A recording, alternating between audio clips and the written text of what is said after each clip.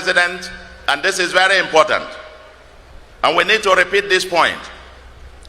In 2011, before I joined APGA in 2013, APGA took an official position to support and work with the political party and government at the center. Indeed, in that year, APGA adopted the sitting president then as its presidential candidate. And I want to report that that policy by APGA has not changed.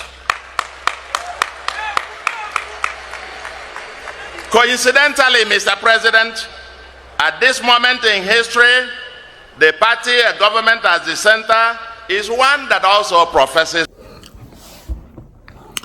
So everyone is cutting deals, and that's all what politics is about. Those who are very, unhappy about what Soludo did, maybe that particular announcement may not be one that is widely consulted with an entire APGA supporters in Anambra State or even around the country. But he is the leader, as the case may be. He is the highest ranking member, the person who has a governorship position. So sometimes some of his decisions, personal decisions that would affect him personally, may most likely override every other person's. But I'm still very sure that there are a lot of people in APGA that didn't like what he did. But I mean, it's politics, and what he has just done, I'm talking about Soludo right now, is just clearly saying, Bola Tinubu, support me in my second term, then I'm endorsing you for 2027. That's exactly what he just did. What would you expect? I mean, the guy is sealing his own political future, and he would use every single paraphernalia of government, his position, to push himself into that position. So he has just told Bola Tinubu, beyond your coming here to commission my fun city, commission some of my projects, the Anambra State Government House or Government Lodge, I'm just telling you straight up, support my second term, and I will give you I'll give you Anambra in 2027. And this was a state that was clearly swept by Peter Obi. Remember that the reason why this is bringing some controversy is because Peter Obi swept 97% of votes from Anambra State, and he may most likely do the same thing. So the only way to, stir the honest nest is by, promising Tinubu what he may not be able to deliver. But trust me, let's put this straight. This guy did not support Peter Obi in 2023. Clearly, he didn't support Peter Obi in 2023. And because he didn't support him in 2023, it didn't matter. He still swept 97%. So whether he announces that APGA supports him or is going to endorse him or has adopted him, whatever that is, trust me, it will still not be enough to weigh in on the strengths and the abilities of Peter Obi come 2027, especially for Anambra. Whether he would go ahead to win the election, nobody really knows. I mean, they say one day is so much time in politics, but we're talking more than 2 years. Yes, more than 2 years. By May this year, but May 29, he'll be 2 years in office. But the elections will be February. That's less than 2 years, to that particular election. So a lot of things can happen between now and then. Anything and everything, put every cards on the table, can happen, come 2027. So everyone is cutting deals. If you're on one side saying, oh, this is not what he's supposed to be, why is he doing that? Why is he taking Anambra's vote into APC? What do you want him to do? He's securing his own future. If it is you, you probably even do worse. True. Look, let's be sincere. If you were him, you are probably going to do worse. Yes. So it's politics. So it's left for Anambarians to show Chukwuma Soludo that, look, what you did, it's not everybody that said that are going to. Yes, you may have consulted a few persons. And by the way, the leaders of these APGA, let's just even say he consulted widely, and it's just Anambra State, right? To the best of my abilities, to the best of my thinking, the party leaders are not more than 100. I'm being so generous. Let's even say 100 party leaders, right, across board. There are not more than 100, and he cannot decide for them what happens in APGA Enugu or APGA Zamfara or APGA Lagos or APGA Abuja. He cannot decide, what happens in APGA in all of those places. So he's just, you can see a little bit of a smack of selfishness, yes, it's riddled in between. They say politics is it's all about interests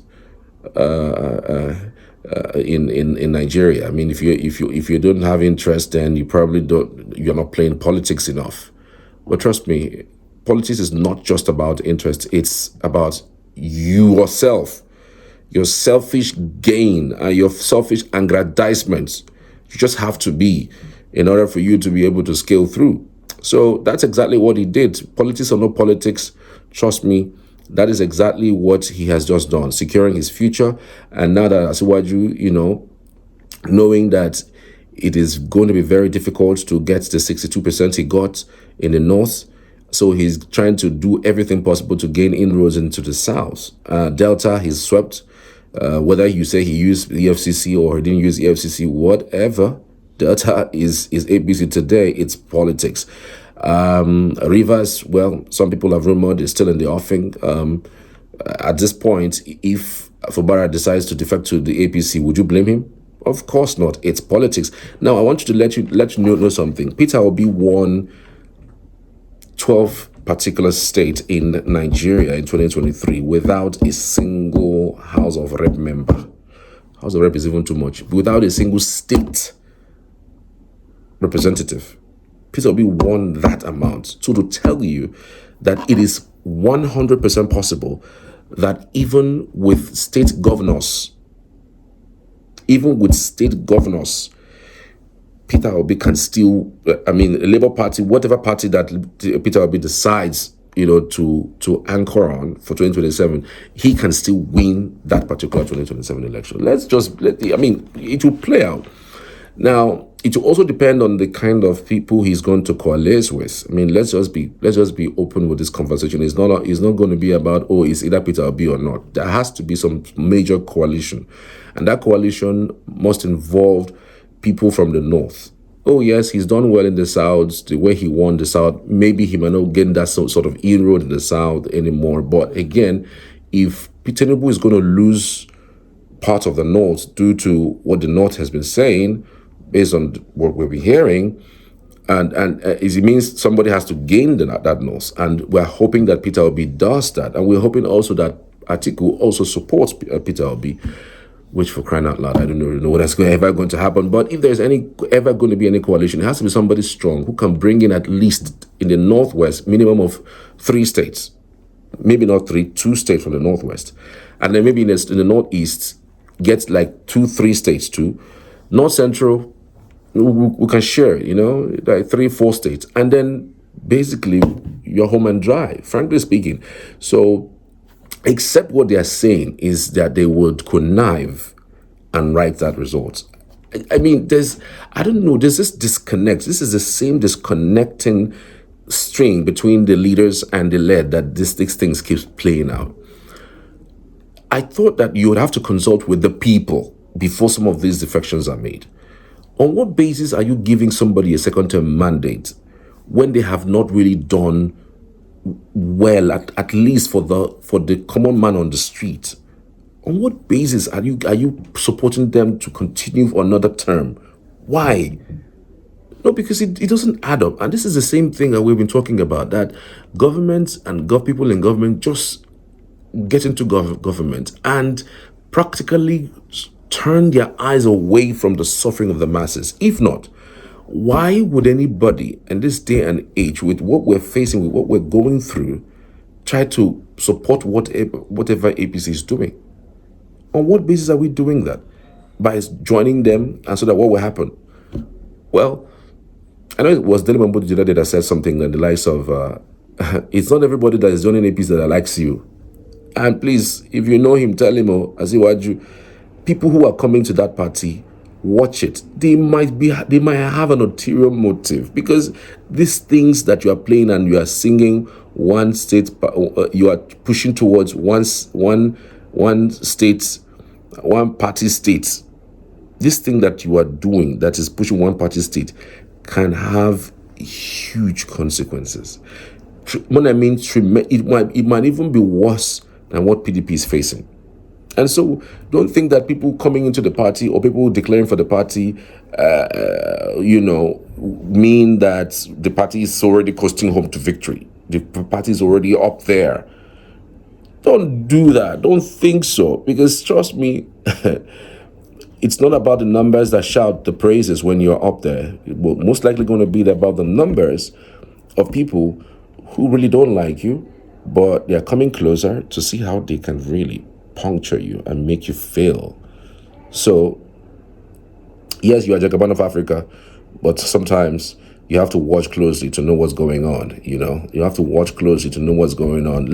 I'm hoping that people who are around you are not trying to milk a thing or two, gain information, gain attraction in order to, kill the system and not make you return for 2027. So there's a whole lot that will play out. This is just even the beginning of the drama that we're seeing, but there's more that will play out come 2027, because again, and we will not expect anything less than somewhat dramatic, crazy,